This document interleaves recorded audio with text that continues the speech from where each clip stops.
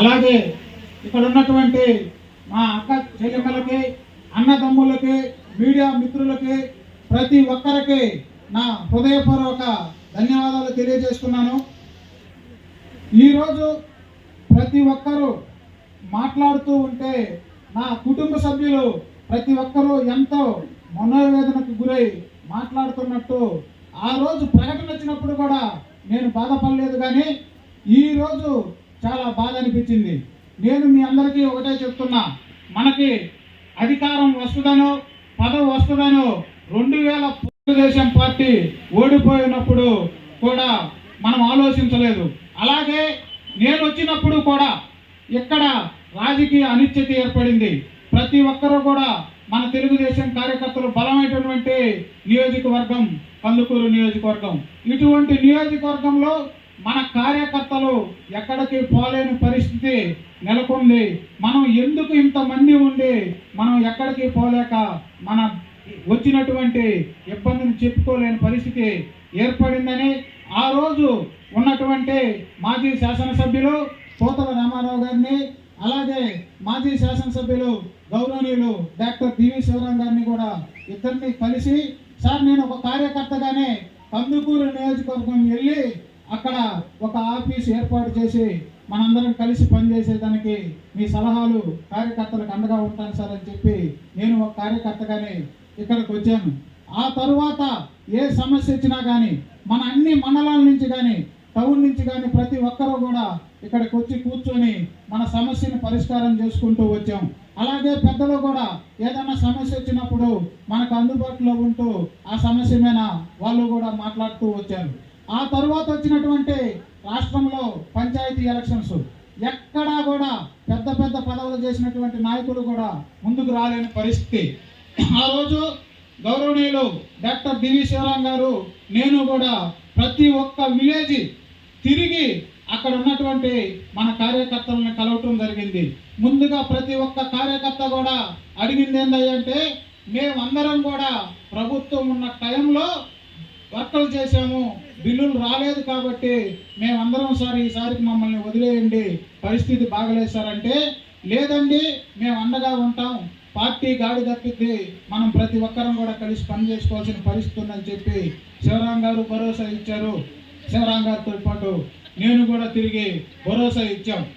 అప్పుడు ప్రతి ఒక్కరు కూడా ఇంకొక ప్రశ్న అడిగారు, ఏమండి ఈరోజు మీరు వచ్చారు, నుంచోమంటున్నారు, నుంచుంటాం, మీరు ఎంతో కొంత సహాయం చేస్తారు, పర్వాలేదు, అయినా కానీ మేము కష్టపడతాం, రేపు పొద్దున మీ ఇద్దరు కనుక ఏదన్నా పదవులు రాకపోతే ఎవరికైనా వస్తే మాకు ఏదన్నా ఇబ్బంది వస్తే ఏందండి పరిస్థితి అని అడిగారు.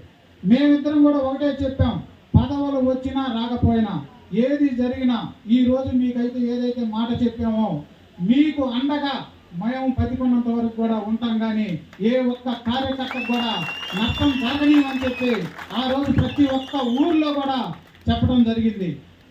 ఆ తరువాత జరిగినటువంటి పరిణామాల్లో మనకి ఇన్ఛార్జి రానప్పటికీ కూడా మీరందరూ చూస్తూనే ఉన్నారు.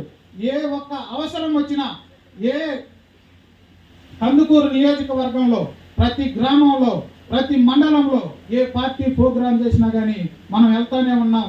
ఏ కార్యకర్తకి ఏ ఇబ్బంది వచ్చినా కానీ అండగా ఉంటూనే వచ్చాం.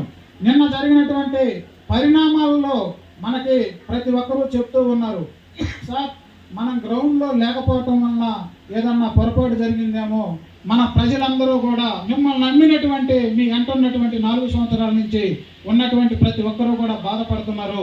మీరు తప్పకుండా కందుకూరు రండి, మనందరం కలిసి మన వాళ్ళ సలహాలన్నీ తీసుకొని మీరు ముందడుగు వేయండి, మనకంతా మంచిగా జరుగుద్ది, మనం ఎవరికి కూడా హాని చేసినటువంటి మనస్తత్వం కాదు కాబట్టి మీరు వచ్చి ప్రతి ఒక్కరి సలహాలు తీసుకోండి అని నాకు అందరూ కూడా ప్రతి ఒక్కరూ ఫోన్ చేయడం జరిగింది.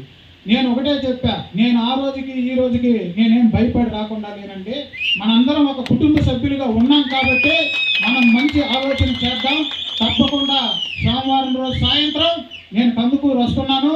గౌరవనీయులు రామారావు గారి సలహాలు, అలాగే గౌరవనీయులు శివరాం గారి సలహాలు, ఇక్కడికి వచ్చినటువంటి ప్రతి ఒక్క కార్యకర్త, మండల స్థాయి నాయకులు, గ్రామ స్థాయి నాయకులు, సర్పంచులు, ఉప సర్పంచులు, మాజీలు అందరి సలహాలు తీసుకొని ఒక మంచి నిర్ణయం దిశగా నేను ప్రతి ఒక్క అడుగు వేస్తాను, కానీ నా ఒక్క నిర్ణయం కాదు. నా కోసం మీరందరూ ఉన్నారు.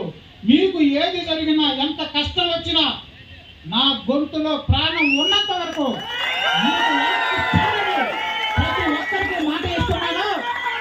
రాబోయే రోజుల్లో అది ఎంత కష్టమన్నా కానీ, ఎంత నష్టమన్నా జరగని, మీకు ఏ ఇబ్బంది వచ్చినా రాజేశం ముందలుంటాడు. మీరు దాన్ని మర్చిపోవద్దు. మంచి నిర్ణయం వస్తుంది. మనకు టైం ఉంది. పెద్దలు నరసింహారావు గారు చెప్పినట్టుగా నా పొరపాటు ఏదన్నా ఉంటే నేను ఆఫీసులో కూర్చొని మీతో మాట్లాడటం కాదు. రేపు ఉదయం అంకమ్మ తల్లి ఆశీస్సులు తీసుకొని రేపు సాయంత్రం నుంచి పరేడు గ్రామంలో ఇంటింటికి తిరిగి నేను చేసినటువంటి పొరపాటు ఏందో ప్రతి ఒక్క తెలుగుదేశం పార్టీ కార్యకర్తని అడిగి తెలుసుకుంటాను తప్ప వెనక్కి పోదని ప్రతి ఒక్కరికి తెలియజేస్తూ సెలవు తీసుకుంటున్నాను. జై చంద్రబాబు, జై చంద్రబాబు, జోహార్ ఎన్టీఆర్, జోహార్ ఎన్టీఆర్, జోహార్ ఎన్టీఆర్, జై లోకేష్ బాబు, జై లోకేష్ బాబు, జై జై లోకేష్ బాబు.